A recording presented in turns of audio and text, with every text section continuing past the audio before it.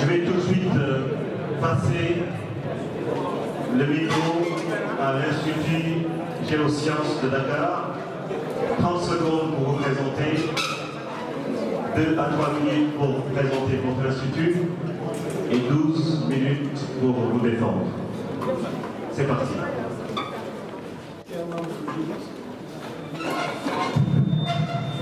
Chers membres du jury, auguste assemblée, chers collaborateurs, bonjour.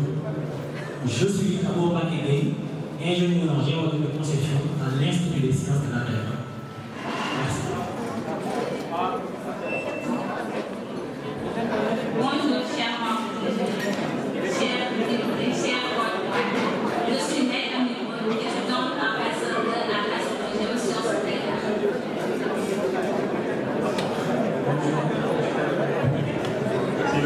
Silence. Bonjour, membres du jury. C'est Papa. Celui qui bavarde le moins aura un prix, s'il vous plaît. Celui qui bavarde le moins aura un prix, ok? Ok, 500 000 pour les moins bavards. Bonjour, chers publics. Bonjour, membres du jury. C'est Papa, étudiant en enseignement à l'Institut des Géosciences de Dakar. Chers membres du jury, chers publics, chers collimateurs, bonjour. Je m'appelle Fatou Fall, je suis ambassadeur à l'Institut des Géosciences de Dakar.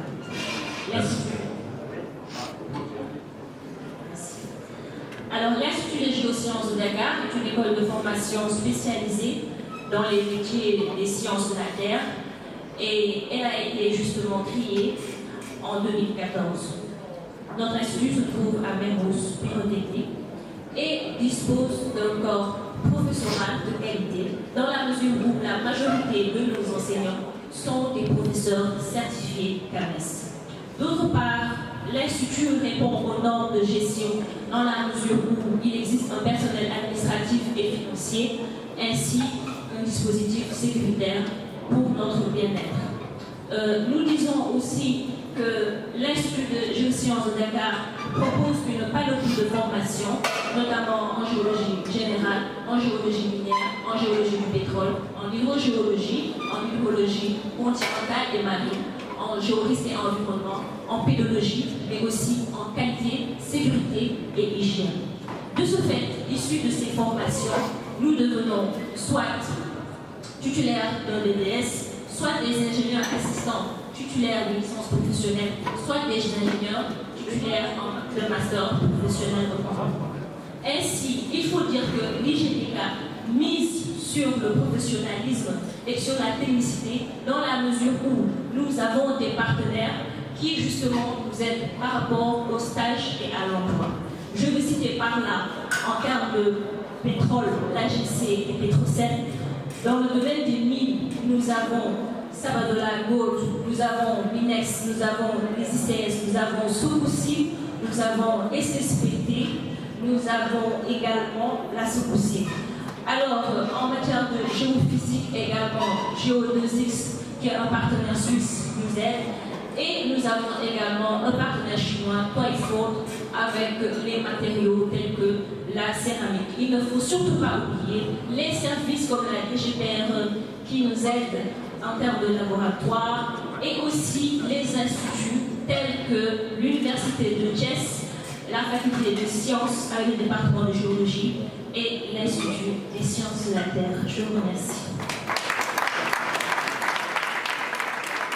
Alors, on va entrer dans le sujet. Je pense que vous avez été pris par le trac et vous étiez parti sur... vous aviez changé d'école. Vous allez maintenant vous présenter. Alors, il faut savoir que le trac, il faut le dompter.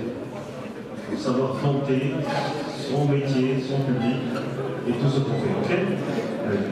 Résolution, non? Voilà. Je suis Abou Bakébé. Je voulais dire que je suis ingénieur géologue de conception à l'Institut des Géosciences de Dakar. C'est ce que je voulais dire. Maintenant, on va entrer pour diffuser sur le thème géologie et mines, facteurs de progrès et d'emploi pour l'émergence. Pour bien développer ces thèmes, on a jugé nécessaire de structurer le thème en sous-thème. D'abord, je vais vous parler du potentiel géologique et minier du Sénégal. Le Sénégal dispose d'un potentiel en ressources naturelles diverses et variées. Et sa géologie est essentiellement constituée par 3 grands ensembles. Au sud-est, nous avons le socle précambrien, avec l'exploration et l'exploitation artisanale de l'or et industrielle.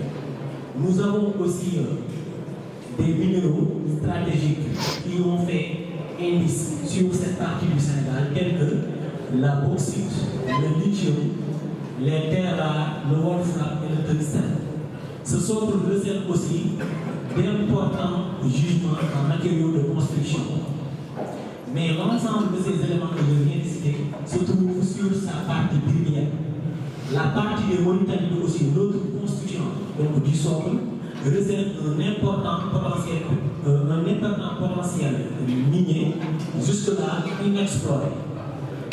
Ensuite, l'autre composant de sa géologie est le bassin primaire paléoprotérozoïque de Ségou-Madinakouta. Sur ce bassin, on note d'importants matériaux de construction, des dolérites, des argiles, des schiates, mais aussi des forages sont montrés sur les schiates, sur les schistes, je veux dire, des indices de gaz, comme le cas en Tunisie. L'autre composant de la géologie du Sénégal est le bassin mésocénozoïque du Sénégal. Ce bassin est important en onshore comme en offshore, du fait des occurrences de phosphate qui se localisent du nord à Matam jusqu'au sud à Kolda en passant par Thiès avec la mine des ICS. Et aussi une étude a montré que les phosphates pouvaient contenir des indices, d'importants indices en terre rare. Sur ce bassin aussi, nous avons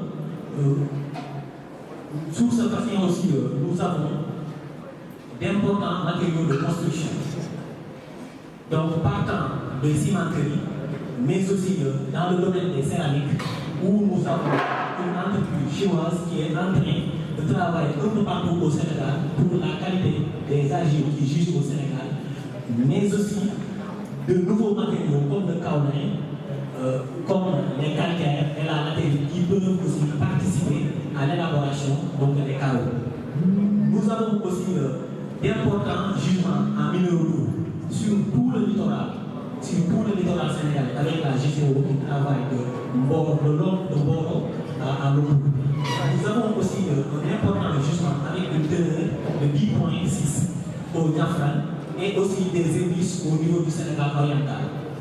Ce bassin réserve aussi d'importantes quantités d'hydrocarbures sur l'offshore au large de Saint-Louis, au niveau du Kayar profond, au niveau du Casamance profond avec les blocs de AGC. Nous avons aussi sur ce bassin d'importantes quantités en agriculture avec le Lagos et les îles du Saloum. Sur ce, nous avons aussi sur ce bassin d'importantes quantités, qu'ils soient en calcaire ou bien en d'autres substances qui peuvent participer dans le domaine des céramiques. Donc, sur ce, je vais vous donner une citation de Dominique Strauss-Kahn qui, pour passer la parole à ma collègue Mélanie, qui disait que dans la prise de décision économique, peu de secteurs offrent autant de profits et les bonnes décisions sont dûment récompensées et les mauvaises décisions aussi sont dûment sanctionnées que la gestion des ressources naturelles. Merci.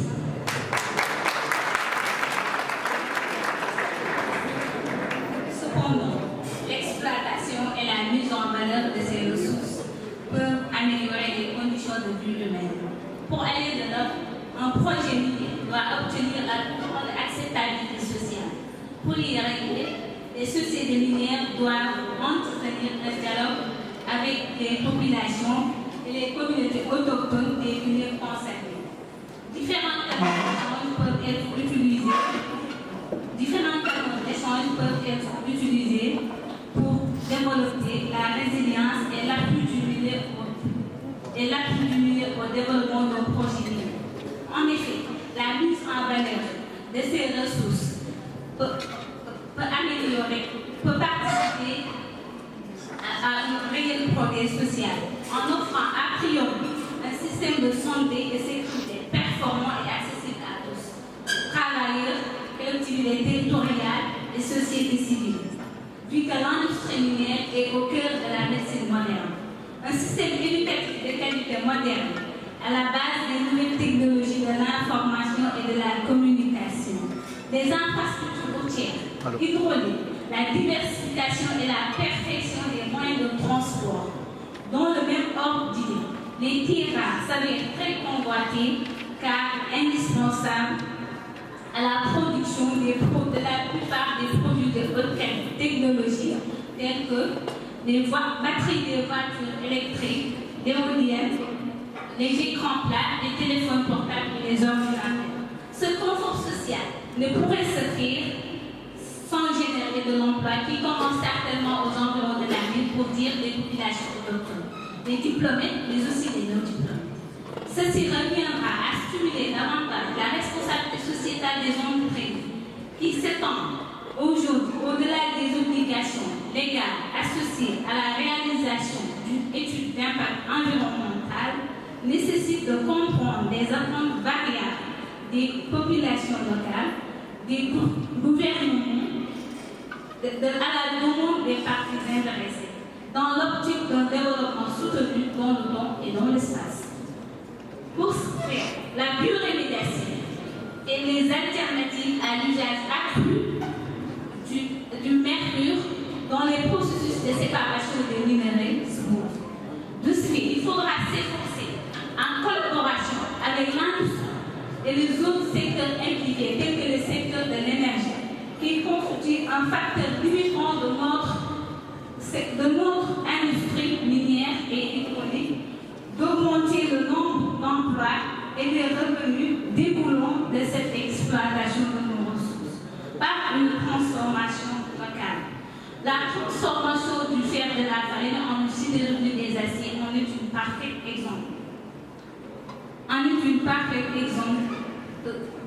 Pour faire de ce secteur un véritable créateur d'emplois. Sur ce, je vais passer la parole à mon collègue M. Dermaba. Merci. Maintenant, pour parler de l'employabilité, de la participation du secteur minier dans l'emploi, on juge nécessaire de citer les objectifs qui sont fixés par le PSE, le Plan Sénégal émergent.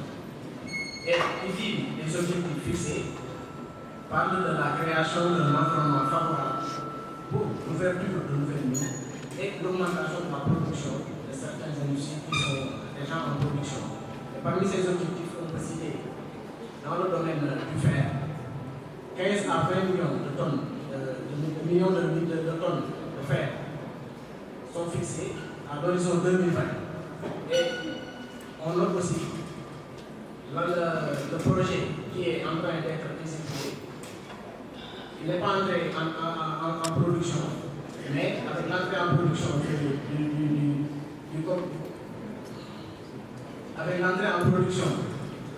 du projet sur les minéraux de fer de la farine, selon le rapport de l'ANSD, il peut y avoir une création de 18 000 emplois. Pour le domaine des phosphates, les objectifs sont fixés à 2,5 millions de tonnes de phosphate, ce qui est déjà atteint, mais aussi il y a l'entrée en production des phosphates de macabre et donc pour le domaine de l'or, 17 tonnes d'or sont fixées. Ceci peut être atteint, mais avec l'entrée en production du gisement de Massawa. Mais aussi la formalisation et l'encadrement de 5 000 à 10 000 employés pour contribuer à la création de ces emplois. Pour le domaine des cimenteries, on a l'entrée en production de Dangote, ce qui a contribué à une augmentation fulgurante du nombre d'employés dans le secteur de la transformation des cimenteries. Maintenant, pour parler un peu de l'émergence, je vais laisser à Madame Fall de continuer. Alors, parlons d'émergence par rapport au thème qui nous a été soumis. La vision du PSE est claire, c'est-à-dire un Sénégal émergent en 2035 avec une société solidaire dans un état de droit. L'état de droit, on ne peut pas faire fi de cette notion dans la mesure où nous nous rendons compte que la plupart des États qui exploitent les mines, les hydrocarbures, sont déchirés par des conflits. Pour cela, je vais citer un passage de Kofi Annan qui disait qu'il ne peut point avoir de développement sans sécurité, ni de sécurité sans développement. Ce qui veut dire que, afin d'avoir un développement durable et donc d'aller dans le sens de la vision du PSE, à savoir l'émergence, il faudra justement créer des conditions. Quelles sont ces conditions? C'est d'abord sur le plan institutionnel et juridique, et ça a été fait dans la mesure où nous avons des directions telles que la DG, la DSGOM, la DPPM, qui sont là, mais aussi nous avons eu une revue du code minier qui justement a permis de prendre des dispositions qui facilitent les investissements. Je m'explique par rapport à cela dans la mesure où, avant, par exemple, au niveau des sociétés, il était interdit aux investisseurs étrangers d'avoir 100% des actions. Ceci a été éliminé. D'autre part, la concession minière, on en parlait avant, maintenant on n'en parle plus, on parle de permis d'exploitation, et mieux, il y a une différenciation par rapport aux autorisations selon les surfaces à exploiter et les opérations qui y sont conduites. Mais pour aller plus loin, il faut dire qu'il faut qu'il y ait une transparence dans ce qui est fait. Je m'explique. Transparence dans la mesure où les conventions, il y a déjà une possibilité de signer des conventions entre la société minière et l'État, en plus des dispositions du code minier, qui font que justement ces conventions doivent être publiées au journal officiel et donc toutes les activités qui sont censées être menées sont disponibles.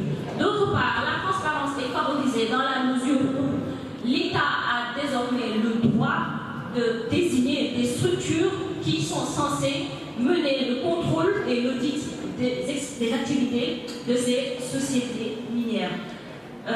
J'aimerais aussi rajouter que l'émergence passe forcément par la formation, c'est-à-dire la capacitation au niveau des collectivités où se situent ces exploitations.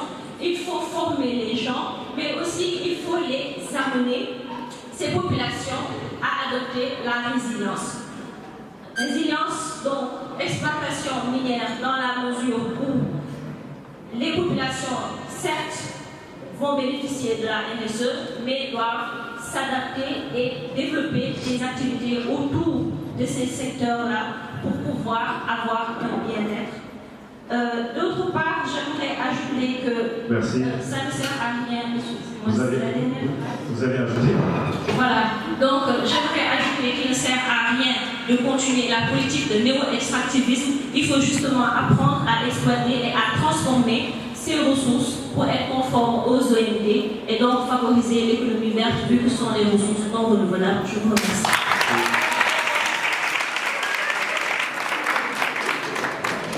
Alors, la parole aux bleus. Les bleus. C'est pas les bleus de Lucas, j'espère. Je vais vous donner un conseil pratique. Quand vous faites ce genre de présentation, vous avez 12 minutes, vous prenez votre téléphone et vous chronométrez, comme ça on ne coupe pas. Ok? Allez-y, les bleus. Le micro ne marche pas, prenez cela. Chers membres du jury, chers publics, chers co-débatteurs, bonjour. Je me nomme Cheikh Boukounde Cissé. Je suis étudiant en géologie au département de géologie de l'UQAM. Chers membres du jury, chers publics, c'est Cheikh Amoyoum du département de géologie de Dakar. Je suis spécialiste en environnement sédimentaire, je suis là pour représenter ce département. J'ai un seul problème, c'est qu'un Diola, c'est un Diola qui me passe la parole, c'est ça mon problème.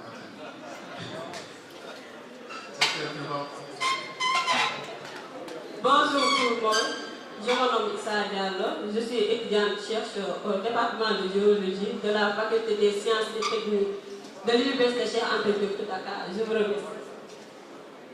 Mesdames et messieurs, chers membres du jury, chers co-débatteurs,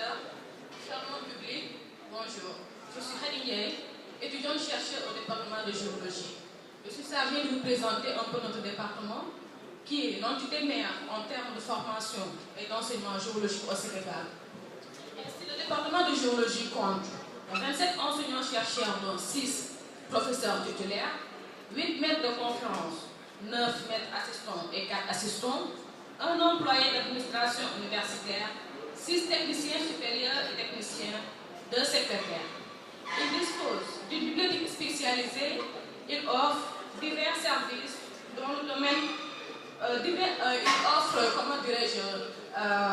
des services dans divers domaines touchant l'hydrologie, l'hydrogéologie, la sédimentation, la cartographie et j'en passe.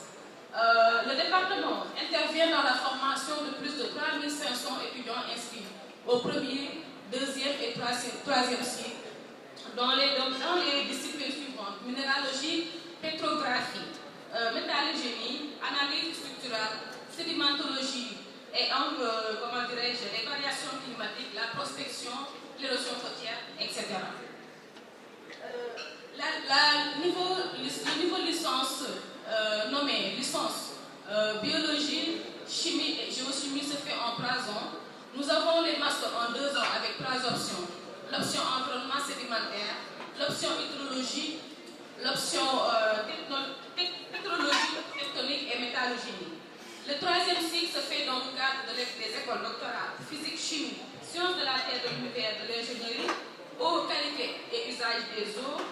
Dans les formations doctorales suivantes: dynamique, environnement et ressources des bassins sédimentaires, géologie structurale et tectonique, géoressources, environnement, imagerie, aménagement, pétrologie, géochimie, métallogénie, hydraulique, hydrogéologie, environnement littoral et littoral. La recherche est prise en charge par des équipes pluridisciplinaires et plurinstitutionnelles et s'appuie sur des laboratoires tels que le laboratoire d'hydrochimie, laboratoire de sédimentologie, biostratigraphie, laboratoire de bioindication, et l'atelier de la messe. Sans oublier, mesdames et messieurs, chers membres du jury, le département de géologie a enregistré le passage d'éminentes personnalités, que ce soit au niveau national et au niveau international. Je vous remercie.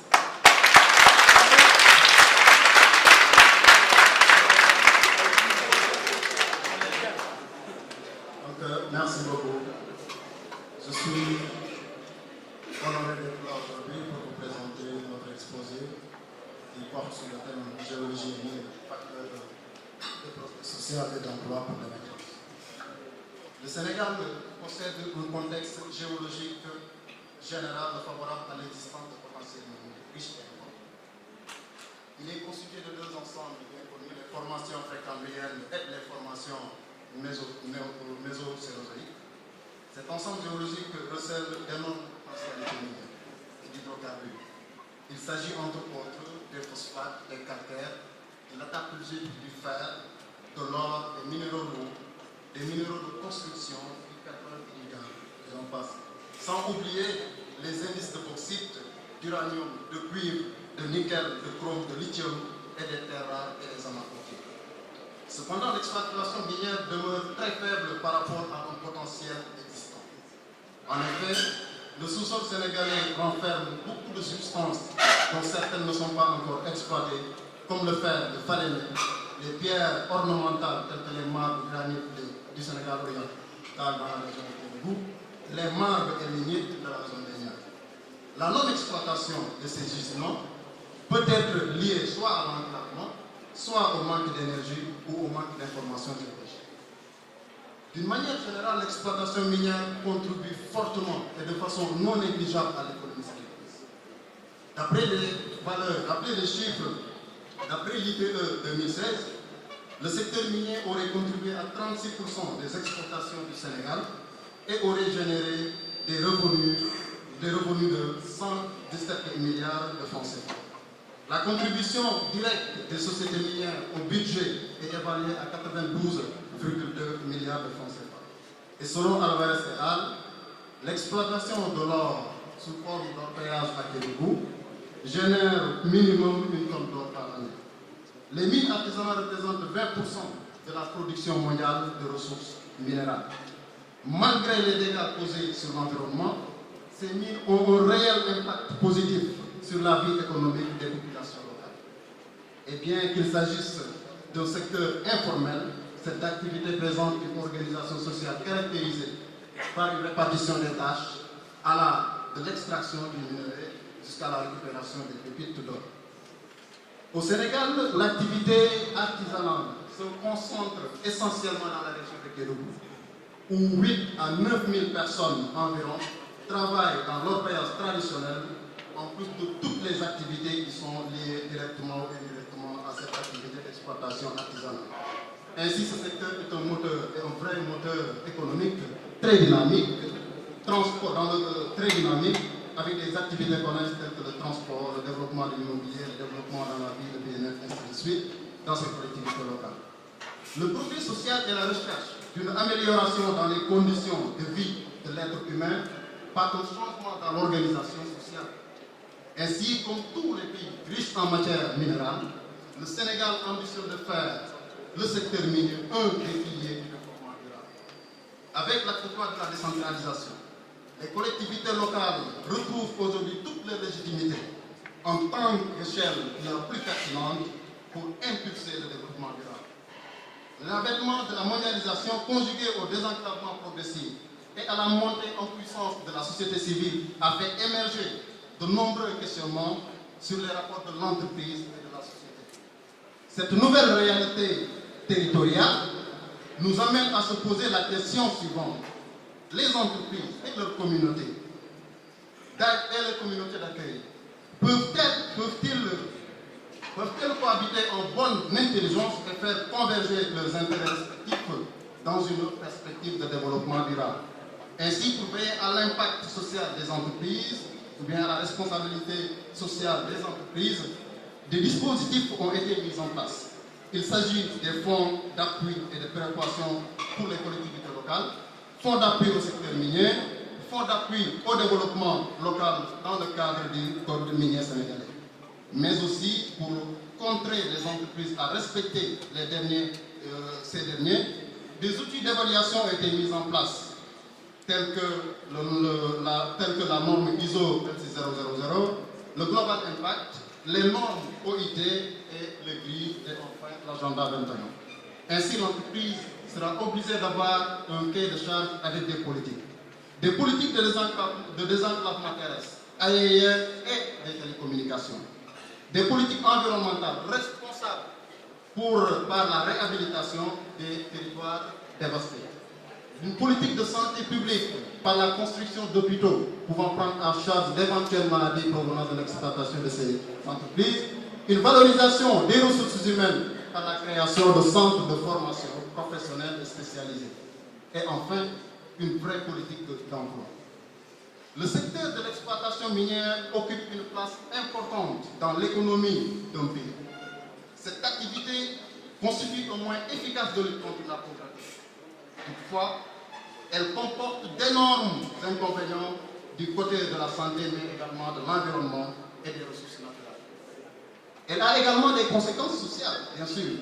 Il faut noter, en effet, qu'elle contribue au déboisement, à la déforestation, à la dégradation des sols, à la pollution de l'air, du sol, de l'eau et de la perte de la biodiversité. Pour pallier à ces fléaux, le Sénégal dispose d'un code de l'environnement depuis 2001. Il a aussi ratifié les 27 principes de la déclaration de Rio 1992 et a ratifié la presque totalité des conventions sur l'environnement. Toutes ces dispositions sont applicables au code minier. Toute la chaîne de valeur du secteur minier est pourvoyeur d'emplois, d'après ce que nous venons de voir. De l'exploration jusqu'à l'utilisation des produits finis, si on maîtrise bien sûr la chaîne de valeur. Elle génère des emplois dans tous les domaines, que ce soit formel ou informel.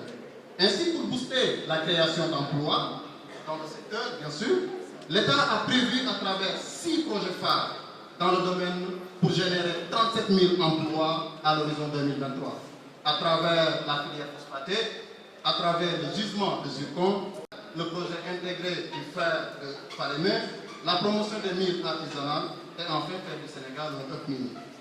Sans sous-estimer les efforts du gouvernement, nous, en tant qu'équipe du département de géologie, nous proposons des milliers d'emplois supplémentaires par la mise en place de géosites et de géoparcs pour la promotion du géotourisme, par l'installation d'une police des mines dans les zones d'orpaillage pour plus de maîtrise des circuits de l'or artisanal, la transformation de l'or local par des machines de traitement respectueuses de l'environnement, la mise en place de mini-sites miniers constitués de zones à faible dispositif dont les permis sont détenus par des entreprises puissantes qui sont. L'État doit trouver des moyens pour que ces municipes-là soient exploités de manière artisanale. Et enfin, nous proposons l'élaboration de la cartographie des ressources à 1,50 milliard. Maintenant, le thème qui nous réunit, je le rappelle encore, c'est géologie et mines, facteur de progrès social et d'emploi pour l'émergence. Mais c'est quoi l'émergence? Et émergent tout pays,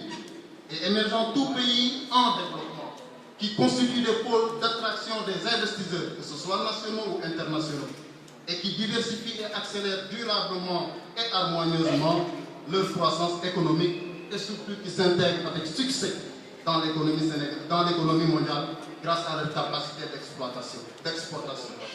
L'homme étant au début et à la fin de tout développement, pour paraphraser le Sédar Senghor, le concept d'émergence ne peut être uniquement appréhendé sous l'angle économique. L'émergence, mes amis, doit être sociale désormais. Pour atteindre le stade d'émergence, ça ne provient ni de la chance ni du hasard. Il faut de bonnes politiques économiques, une bonne gouvernance et des institutions fortes et de qualité. Une gouvernance n'est responsable que lorsqu'elle tient en compte les priorités du développement durable, c'est-à-dire lorsqu'il propose des solutions efficaces aux besoins des populations. Malgré toutes les potentialités minières et notre longue expérience, soulignons-le, dans l'exploitation minière, le Sénégal fait partie des 25 pays les plus pauvres du monde. Et l'exemple le plus patent au Sénégal, c'est la région de Kédougou. Et c'est drôle. La région de Kédougou enregistre un taux de pauvreté de 71% d'après l'AMS.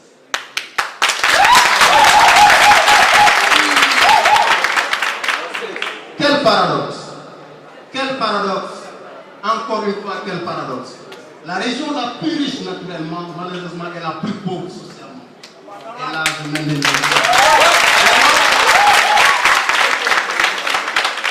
Dès lors, la question que nous nous sommes posée, est-ce que les retombées de l'exploitation minière, d'une manière générale, que ce soit industrielle ou artisanale, sont bien gérées pour favoriser l'émergence?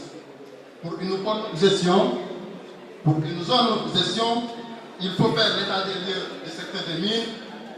Pour une bonne gestion, il faut un bon cadre législatif, effectivement, à part la mise en place d'un système juridique crédible, capable d'appliquer la loi dans l'équité et dans la transparence.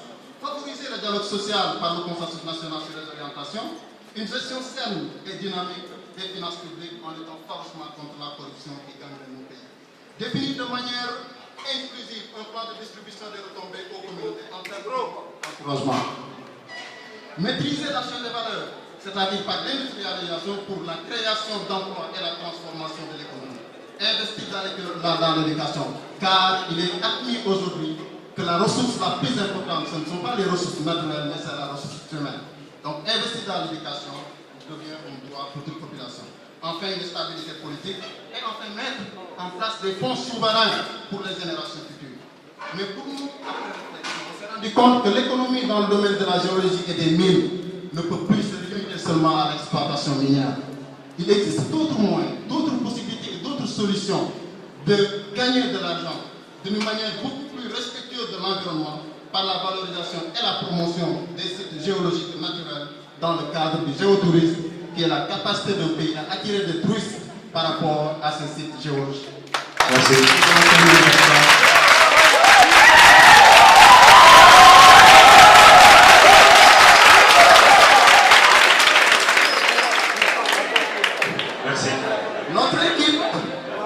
Merci.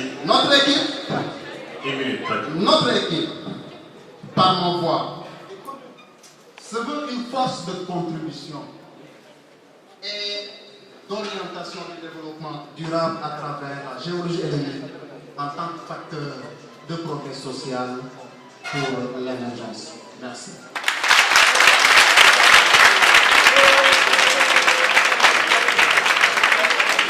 Merci, mon cher esclave sérieux.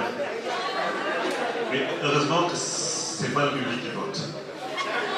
Ils peuvent applaudir très très fort, mais ils ne votent pas.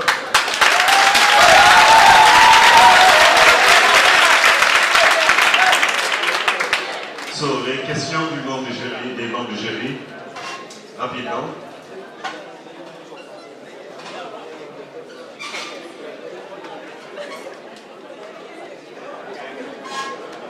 Alors,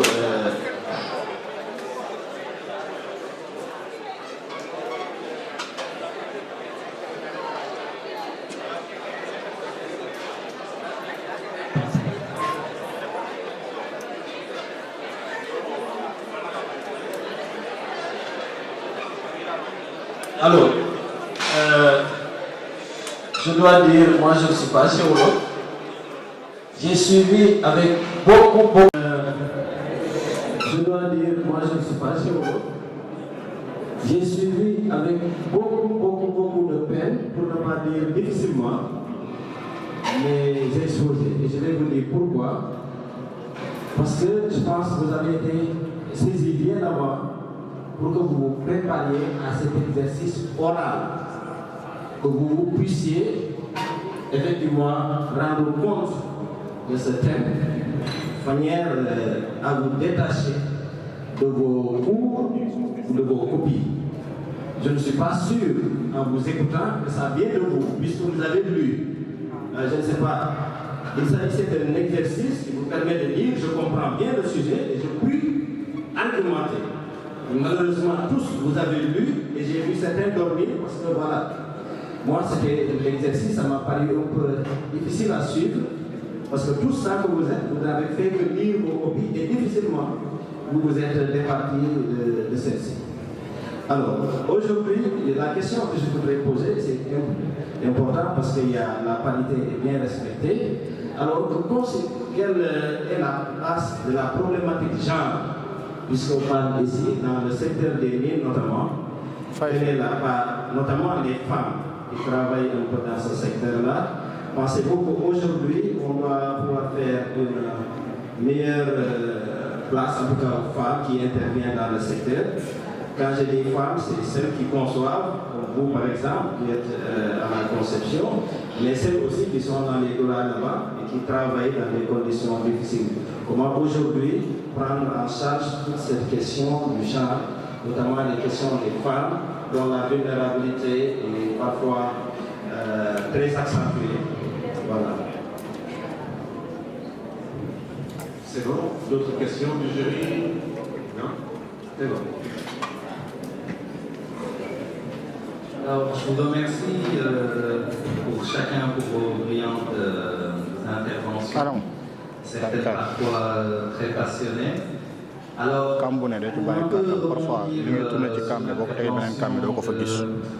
Monsieur Diédhiou, je n'ai pas beaucoup entendu les deux groupes élaborer sur la problématique genre, mais pour aller un peu plus loin sur la question de la diversité. Qui regroupe aussi des questions telles que l'emploi des personnes handicapées, la mobilité internationale, et je pense que ça a été un peu occulté. Or, c'est des sujets très importants aujourd'hui quand on parle de RSE et de responsabilité sociale. Un autre point sur lequel je pense que vous avez été assez évasif, c'est la question de l'emploi décent. La question de l'emploi décent qui a d'ailleurs été évoquée par le président de la République lors de la cérémonie d'ouverture est une question aujourd'hui très importante. C'est sur cette question que la différence peut être établie entre les emplois créés par les sociétés minières et justement les emplois qui sont d'ailleurs qualifiés d'emplois que du point de vue purement quantitatif et de certains revenus générés par l'orpaillage traditionnel. Donc je pense qu'il est important, aujourd'hui d'ailleurs c'est l'orientation donnée par le PIT et les organismes internationaux, que de n'évaluer un emploi et de le comptabiliser que lorsqu'il est véritablement décent. Voilà. Merci. Excusez-moi, moi j'ai pas de question, mais juste donc avec aller dans le sens de M. Mbaye. Vous avez parlé de politique d'emploi, de vraie politique d'emploi. Est-ce que vous pouvez un tout peu plus donc, aller dans le détail? Merci. Moi, je reste sur ma fin, dans le sens où j'interviens au quotidien, c'est accompagner les gens dans le leadership. Et ma fin, c'est surtout, on vous a encadré et vous n'avez pas voulu sortir du cadre. Est-ce que l'émergence de ce pays va dépendre de nous tous restons dans un cadre, ou nous tous essayons de sortir du cadre qui nous est offert et aller dans le sens d'inventer et d'innover? Donc, la question qui va être valable pour vous et aussi les équipes d'avant, c'est aussi de penser quelle sorte d'innovation dans les compétences que vous êtes capable d'amener pour que l'émergence soit facteur de progrès social. Et ça, c'est juste une invite à essayer de moins rester dans le cadre et apprendre à quelquefois sortir du cadre pour aussi inventer un Sénégal autre. Merci. Ma question est un peu transversale à tous les groupes, mais c'est deux groupes d'élus qui me donnent l'occasion de poser. Vous avez parlé d'emploi et de développement géologique et minier. Aujourd'hui, au plan spatial, le développement géologique et minier est surtout au Sénégal oriental, c'est l'avenir. Mais j'ai aussi rendu compte que depuis plusieurs années que j'enseigne dans la géologie, je n'ai jamais vu un étudiant, ingénieur ou quelque chose comme ça sortir de Kédougou, de Bakel ou de Tambacounda. Est-ce qu'il y a un problème social qui se pose ou bien est-ce qu'il y a un problème structurel qui font qu'aujourd'hui, les géologues ne sont pas natifs de cette zone qui est potentiellement minière? Une autre question? Une question très courte pour les deux groupes. Cette année, il y a eu une innovation de taille en fait, dans ce salon international des villes.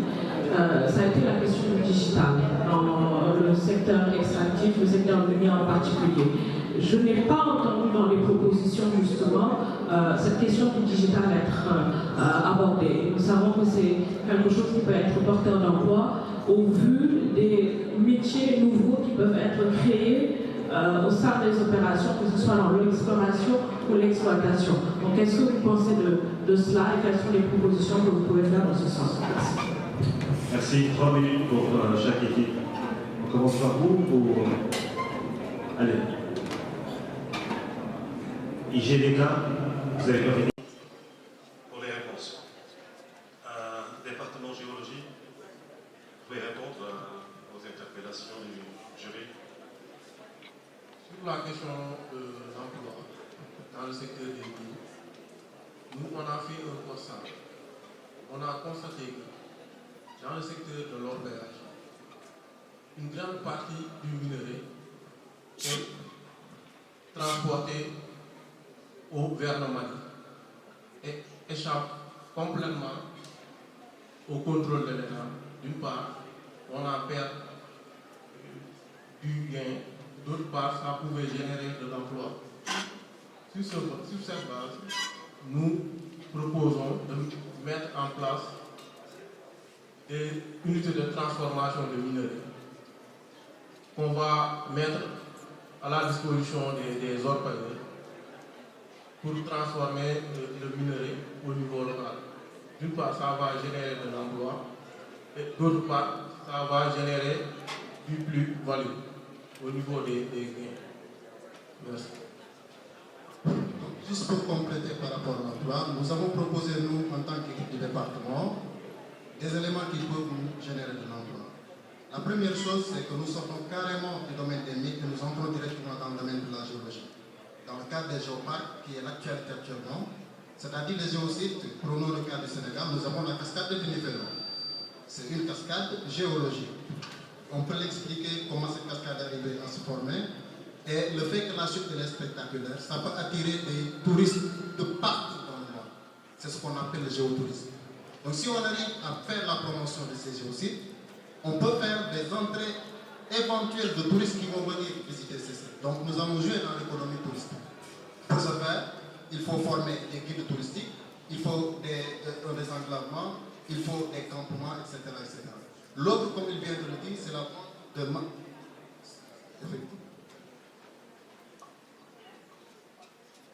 Donc l'autre c'est quoi? C'est de faire la cartographie géologique avec des mailles beaucoup plus faibles pour avoir plus de maîtrise, c'est-à-dire pour avoir plus de maîtrise sur nos ressources.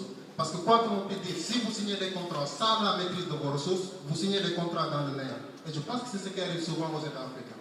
On ne maîtrise pas trop nos ressources. Et les informations, souvent, ce sont des informations qui ne sont pas souvent accessibles. Ça, vous voulez aller dans n'importe quel site minier, dans n'importe quelle entreprise minière, les informations ne sont pas comme ça. Donc, la population n'est pas touchée par ces informations. L'autre question, M. Mbolo, je vous remercie aussi de votre présence. Peut-être que vous ne me connaissez pas, mais j'ai lu beaucoup vos travaux. En ce qui concerne ces zones, eux, ils n'ont pas l'information par rapport à leurs ressources. C'est ça qui est le danger. Vous êtes sur une ressource, vous pouvez même l'utiliser, mais sans pour autant que ça ait une valeur. Donc c'est aux géologues d'aller expliquer ce qui se passe en réalité, la valeur de cette ressource. Tant que la personne n'a pas un sens, ne comprend pas la valeur de la ressource, elle n'est pas intéressée. Et si elle n'est pas intéressée, malheureusement, elle n'ira jamais vers des sciences qui vont lui permettre de comprendre sa zone bien environnementale. Intéressant que vous avez posé.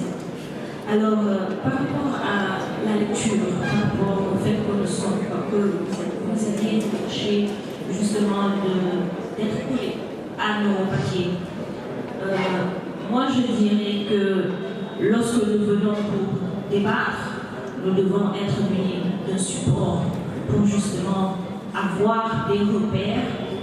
Donc c'est une question d'explication en fonction des puces et non pas en fonction d'une lecture.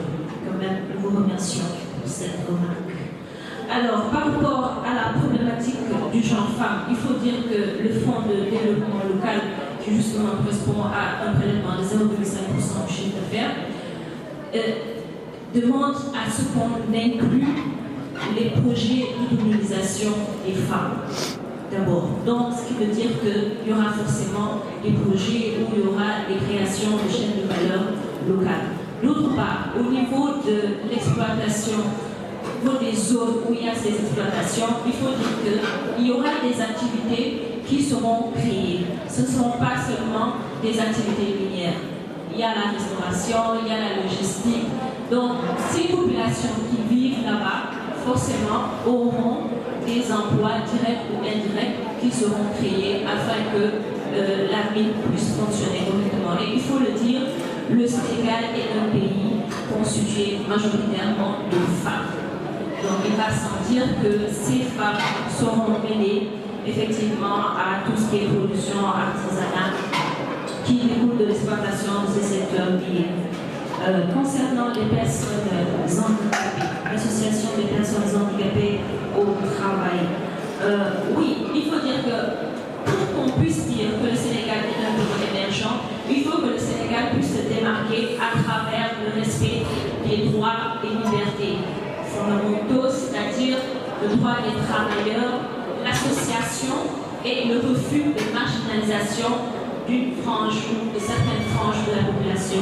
Donc ces personnes handicapées, avec le développement du secteur de la production artisanale, avec l'exploitation de l'argile pour la poterie, avec le secteur de l'orpaillage, donc justement avec l'objectif de formalisation de ce secteur qui pourrait créer 5 000 à 10 000 emplois, bien évidemment ces personnes sont associées, mais aussi sur le plan administratif, sur le plan de la logistique aussi, ces personnes peuvent être associées. Maintenant, juste pour répondre à une dernière question avant de laisser les autres répondre, vous avez parlé de la question de la formation, c'est-à-dire que la plupart des étudiants qui sont formés dans ce secteur d'activité ne viennent pas de ces zones qui sont potentiellement très riches. Alors moi, je me pose une question, c'est-à-dire la politique éducative, ce n'est pas à notre niveau, c'est au niveau du gouvernement. Alors, est-ce que justement, toutes les mesures sont prises pour faciliter l'accès à ces jeunes qui sont là-bas, qui puissent pas se déplacer pour venir se former à Dakar, mais est-ce qu'on a des projets pour créer des instituts de formation au sein de ces zones? Donc, je vais laisser les camarades continuer par vos questions. Moi, je vais parler de la question de...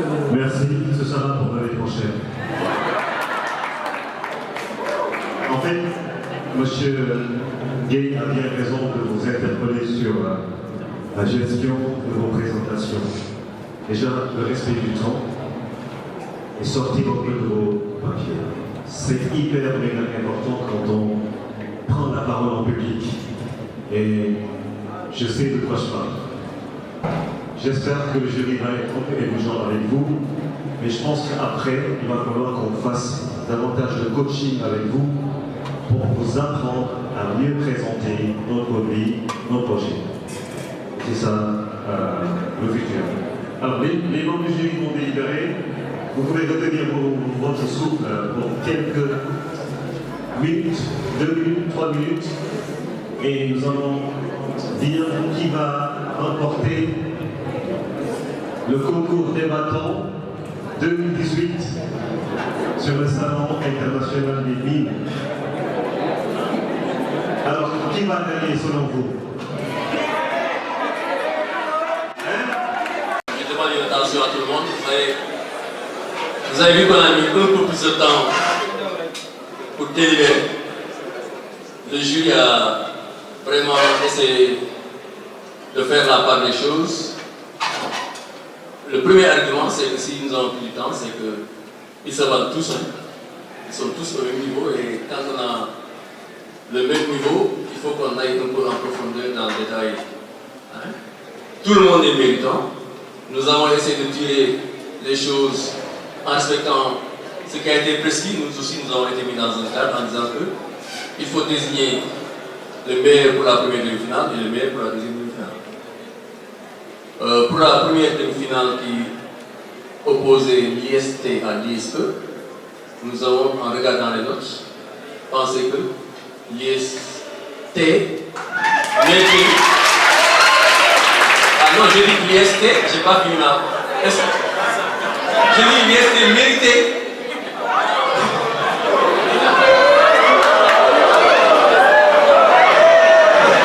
Voilà.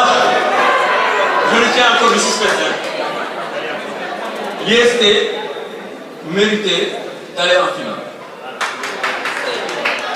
Et donc, les membres du jury sont entendus pour dire que pour cette première demi-finale, l'IST va aller en finale.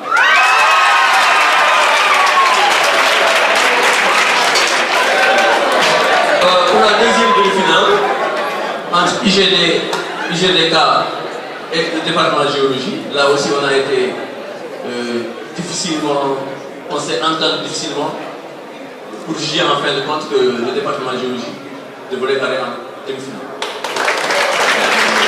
En finale.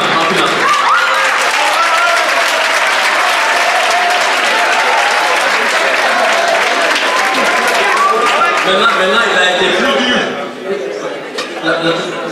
La finale, ça va durer 5 minutes sur une ou deux questions précises que nous allons préciser juste quand vous serez là. Maintenant, et en troisième, il faut peut-être le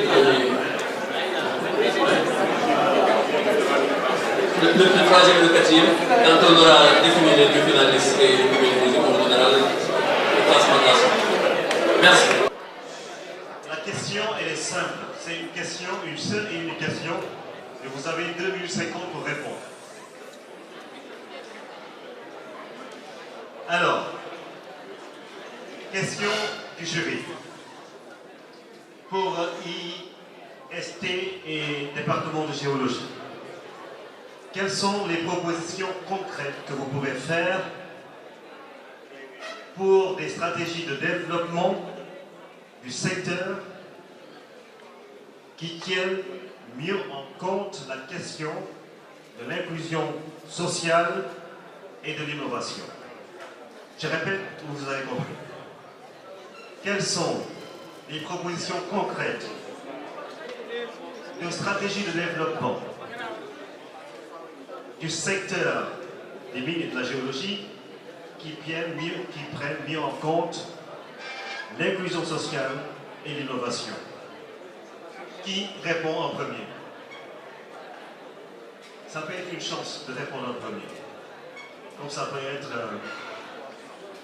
Qui répond en premier? Madame, présentez-vous.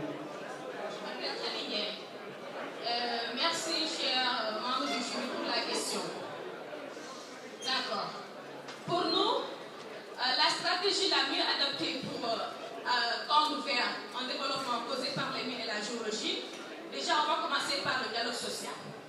Déjà pour qu'on puisse avoir une inclusion sociale, il faut commencer par la discussion. Mettre la population au devant de la chaîne, demander leurs avis. Je vous dis que pour aider une personne, il faut savoir ce qu'il lui faut pour se développer. Le dialogue social. Aussi, la transformation de nos ressources minières. Une infrastructure adaptée. Des laboratoires équipés pour la formation de qualité, pour créer la main-d'œuvre. Parce que les entreprises sont là. Nous devons avoir toute la chaîne de valeur pour pouvoir profiter de notre industrie. Je reviens sur l'autonomisation de la femme. La femme n'est pas omise dans le processus. La femme est au devant, au début et à la fin de tout processus qui concerne le secteur minier, le développement territorial, le développement national. Sans oublier l'accès aux investisseurs, que ce soit au niveau national, local, international. Nous proposons, il y a des milliardaires au Sénégal, qu'on fasse un consortium d'entreprises pour financer l'exploration, l'exploitation, la transformation de nos produits miniers.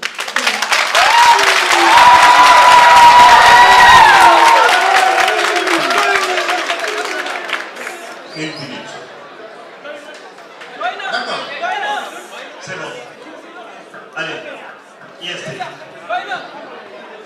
En ce qui concerne les propositions stratégiques de développement pour le secteur minier, la géologie et les mines sont des facteurs de progrès social et d'emploi pour l'émergence. Ça, c'est incontestable. Mais ce développement ne pourrait se faire sans pour autant s'appuyer sur les 5 piliers qui sont les suivants. D'abord, nous avons le pilier stratégique, c'est-à-dire la préservation et le respect de l'environnement juridique favorable établi par l'État, à savoir la redistribution équitable des fonds qui sont mis en place et le respect des mesures prises par l'État allant dans ce sens. Ensuite, nous avons le pilier concernant l'information géologique, parce que une pleine expansion du secteur minier ne saurait passer par une très bonne maîtrise de l'information géologique, c'est-à-dire l'ensemble des potentiels dont regorge notre pays. Et après, nous avons le pilier infrastructure, qui est un pilier très important. Ça passe par la mise en place et le développement d'infrastructures routières pour le désenclavement, sanitaire pour la santé pour tous, socio-professionnelle pour la formation, ainsi que d'infrastructures de traitement pour la transformation des produits. Après, nous avons le pilier bonne gouvernance, qui concerne le respect des normes de litige et de l'ensemble des mesures prises par l'État. Et enfin, nous avons le pilier santé, nous avons le pilier paix et sécurité. Parce que sans sécurité, aucune opération minière est possible. Et sans paix, il n'y a pas de développement. Je vous remercie.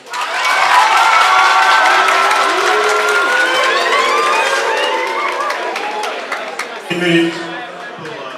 Attention, le public, si vous perturbez l'intervention de notre école, votre école sera sanctionnée. Sûr et certain. Allez, une minute pour inclusion sociale et innovation.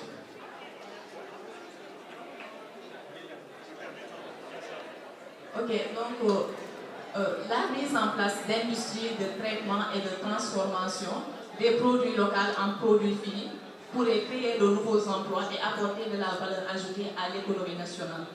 Également, la rentabilisation des déchets miniers en matériaux de construction pourrait l'extraction des terres rares à partir des déchets minéralogiques et métallurgiques. Merci. Merci. Sur l'inclusion sociale, les deux. D'accord. On a dit innovation et inclusion sociale. Allez. Combien de minutes? Une minute pour chacun. Une minute. D'accord. Comme j'ai dit tantôt pour l'inclusion sociale, nous avons déjà ce qu'on appelle la responsabilité sociétale des entreprises. Il y a des normes qui sont là pour faire respecter les entreprises, à respecter leur engagement, c'est-à-dire investir dans l'éducation, le développement, la culture, la formation. C'est-à-dire que vous avez cité le cas de Kédougou et d'Ambacounda qui n'ont pas un nombre colossal d'ingénieurs ou bien qui sont capacités à travailler dans le mine. Il faut désenclaver ces environnements. Il faut les équiper d'écoles de formation dans le secteur. il faut impliquer la couche la plus vulnérable de la société. Moi, je dirais qu'il faut faire un bilan pour, pallier aux inégalités sociales du Sénégal. Faire un bilan inter-individu, c'est-à-dire interménage. On calcule le revenu annuel par personne du Sénégal et on voit que c'est disproportionné. Mais pour pallier à cela, nous proposons de faire un bilan et de corriger ces inégalités inter-individus qui existent au niveau de notre pays.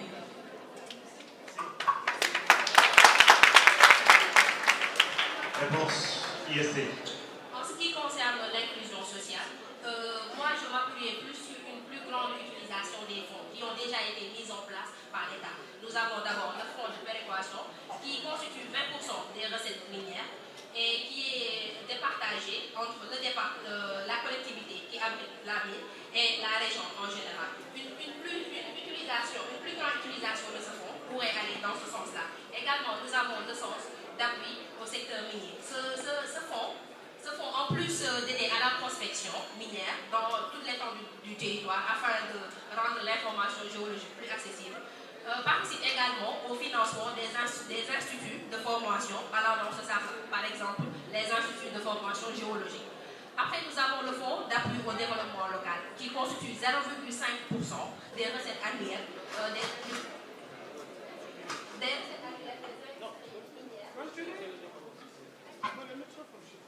des recettes annuelles des industries minières hors taxes. Ces 0,5% utilisés convenablement pourraient également alimenter la population dans ce sens-là également. Et en plus de cela, nous avons les emplois qui sont créés autour de la mine. Ils sont disciplinés, hein. C'est pas le moment de prendre le trophée, hein. C'est pas les Jeux Olympiques. Vous pouvez rester à silence. Signe de respect. Alors, le président du comité scientifique ou le président L'eau. Alors,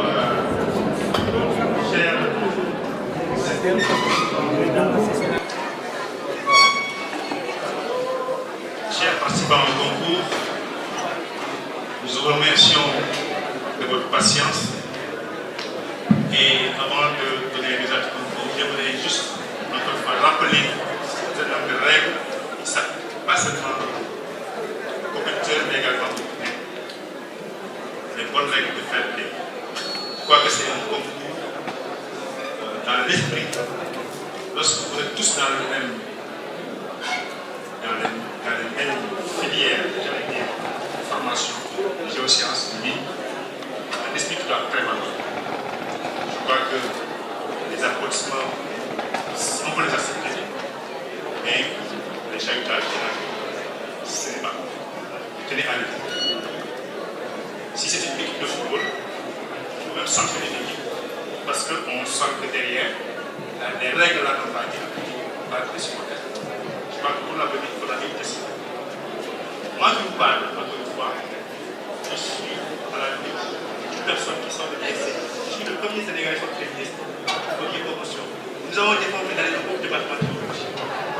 Donc, voyez un peu, il n'y a absolument pas de possibilité de participer pour nous et entre vous aussi, de vous congratuler, que ce soit public, que ce peu importe ce qui gagne.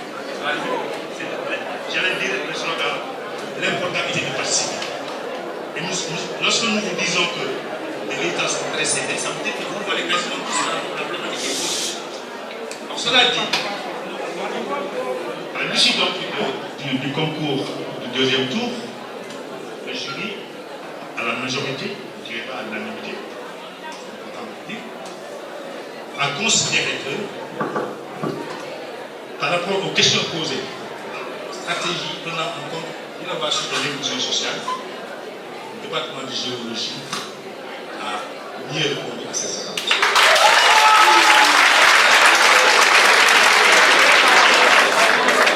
Et donc, le jury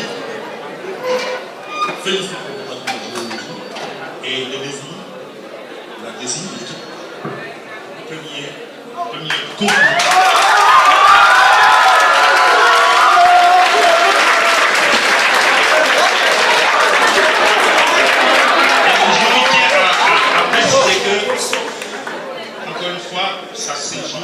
détails. Le MC Ami vraiment avait dit tantôt, le premier qui dégaine a toutes ses chances. Et je crois que ça c'est difficile. Ça fait mouche. C'est pas qu'on dise. Voilà, si on dégaine le premier, c'est pas qu'on touche la cible. L'expérience montre que souvent on a des chances. Donc la prochaine fois, soyez plus réactifs, mes chers jeunes policiers. C'est le conseil que je peux donner.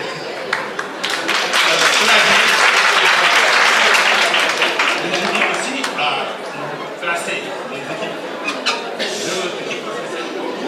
avec différents prix. Premier donc département de géologie, deuxième des sciences de la Terre. Et le troisième, le jury a considéré que l'Institut des sciences de l'environnement méritait la troisième place.